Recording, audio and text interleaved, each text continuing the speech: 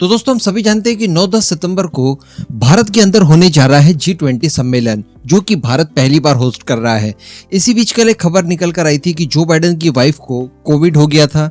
हालांकि Joe Biden negative पाए गए थे। अभी खबर निकल कर आ रही है कि दोबारा उनका टेस्ट किया गया और वो दूसरे टेस्ट में भी नेगेटिव पाए गए हैं। और इसके बाद बताया जा रहा है कि जो बाइडेन की जो प्लानिंग थी, जो उनका प्रोटोकॉल था, उसी के अनुरूप वो काम करेंगे और भारत आएंगे। हालांकि आज की इस वीडियो में हम लोग बात करने जा रहे हैं चाइना की। जी हाँ, वो चाइना जिसने दुनिया भर के ऊपर इन्फ्लुएंस जमाने की कोशिश की। लेकिन हम सभी लोग जान पा रहे हैं कि चाइना की जो खराब नीतियां थी या जो उसकी खराब मंशाएं थी, उसकी वजह से उसका इन्फ्लुएंस अब केवल एक बोझ से ज्यादा कुछ नहीं है, क्योंकि दुनिया भी कुछ हद तक उसके ऊपर निर्भर है। इस वजह से आज चाइना की थोड़ी सी पूछ परख होती है। ये निर्भरता जिस दिन समाप्त कर दी जाएगी, उस दिन चाइना का नाम लेने वाला दुनिया में कोई देश मौजूद नहीं रहेगा। और इस तरह के प्रयास एक्चुअली शुरू हो चुके हैं। अभी अगर पिछले कुछ समय की बात की जाए तो रशिया की तरफ से खबरें निकल कर आती है कि भारत में होने जा रहे G20 में हमारे राष्ट्रपति व्लादिमीर पुतिन भाग नहीं लेंगे। उनकी जगह रशिया के जो विदेश मंत्री है सर्गेई लाव्रोव, वो रशिया का प्रतिनिधित्व करते हुए भारत जाएंगे और G20 में भाग लेंगे। अब इसको लेकर वैसे तो काफी ड्रामा हुआ, लेकिन सभी लोग समझ सकते थे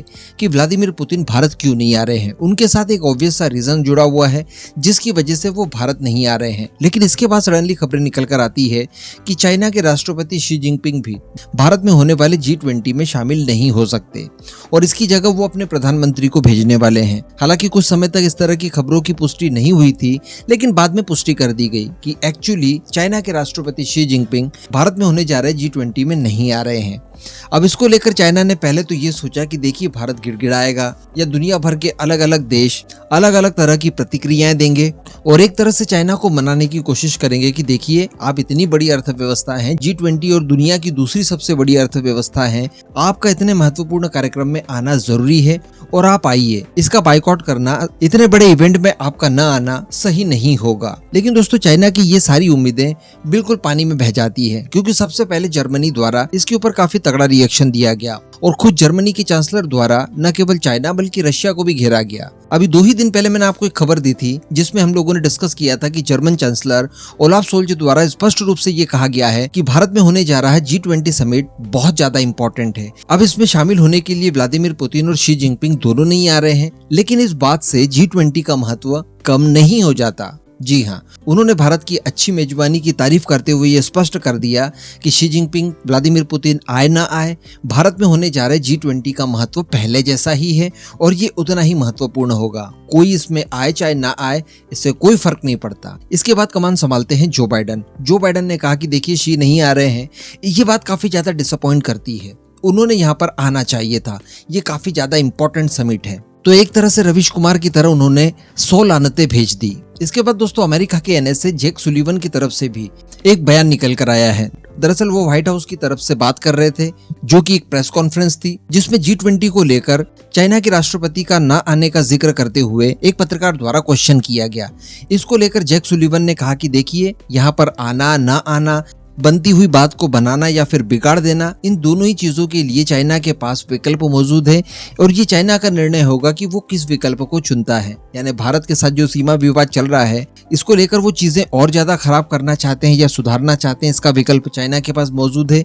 वो आना चाहे और बात को सुधारना चाहे या ना आना चाहे, बात को और बिगाड़ना चाहे, सब कुछ उनके ऊपर निर्भर करता है। तो अल्टीमेटली अमेरिका की तरफ से भी 2 झटके लग गए। इसके तत्काल बाद एक और चीज निकलकर सामने आती है और इस बार बयान दिया हमारे विदेश मंत्री एस जयशंकर साहब ने।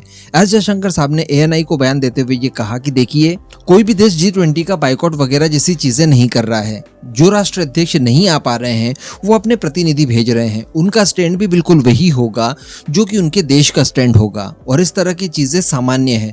पहले भी G20 के कई सारे समिट हुए हैं, ये चूंकि 18वां है तो पहले 17 हो चुके हैं। तो कई बार G20 के समिट होते रहते हैं जो कि अलग अलग देशों में होते रहते हैं और अलग अलग देशों के प्रधानमंत्री राष्ट्रपति स्किप कर जाते हैं, वो अपनी जगह अपना प्रतिनिधि भेज देते हैं। तो इससे कोई फर्क नहीं पड़ता, ये एकदम सामान्य सी घटना है। तो यहाँ पर भी चाइना को भाव नहीं दिया गया। इन सब चीजों को लेकर चाइना ने ही मोर्चा संभालते हुए भारत को G20 को लेकर सारा समर्थन दे दिया। जी हाँ, और इस बार बयान देने के लिए खुद चाइना के विदेश मंत्रालय के प्रवक्ता ने ये कमान संभाली है। अब आप ये जानिए कि चाइना की तरफ से किस तरह से भारत को समर्थन दिया गया। तो चौतरफा अपनी किरकिरी कराने के बाद चाइना के विदेश मंत्रालय की तरफ से भारत के अंदर G20 सम्मेलन को अपना पूरा समर्थन दिया है और चीन की तरफ से ये स्पष्ट कर दिया गया है कि सभी पक्षों के साथ मिलकर G20 को सफल बनाने के लिए काम करने के लिए हम तैयार हैं। चीन के विदेश मंत्रालय के प्रवक्ता माओ निंग ने ये कहा कि अंतर्राष्ट्रीय सहयोग के लिए G20 शिखर सम्मेलन एक बहुत बड़ा मंच है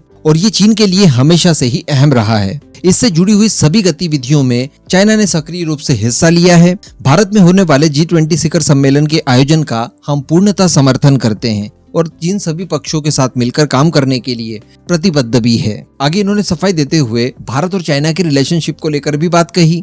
इसके ऊपर इन्होंने हमेशा की तरह एक रटा रटाया बयान दे दिया और इसमें इन्होंने कहा कि हम लोग भारत के साथ मिलकर काम करने के लिए पूरी तरह से तैयार हैं। दरअसल उन्होंने कहा कि भारत और चाइना की जो रिलेशनशिप है वो कुल मिलाकर स्थिर बने हुए हैं, यानी जो रिलेशनशिप खराब हुए थे वो न तो अच्छे हुए हैं न ही और ज्यादा बिगड़े हैं, उनमें स्थिरता बनी हुई है। इसके साथ साथ हम लोग सभी स्तर की बातचीत और संपर्क बनाए हुए हैं। हमारा मानना यह है कि भारत चीन के रिश्तों में सुधार के लिए और दोनों देशों के विकास में, साथ ही जनता के साझा हित में हम लोग भारत के साथ मिलकर काम करने के लिए इच्छुक हैं और अपनी प्रतिबद्धता जताते हैं। और इसीलिए चाइना ने G20 को सफल बनाने के लिए अपने प्रतिनिधि मंडल का नेतृत्व प्रधानमंत्री ली क्विंग को दिया है। तो अल्टीमेटली चाइना की जो योजना थी उसके बिल्कुल विपरीत काम हुआ।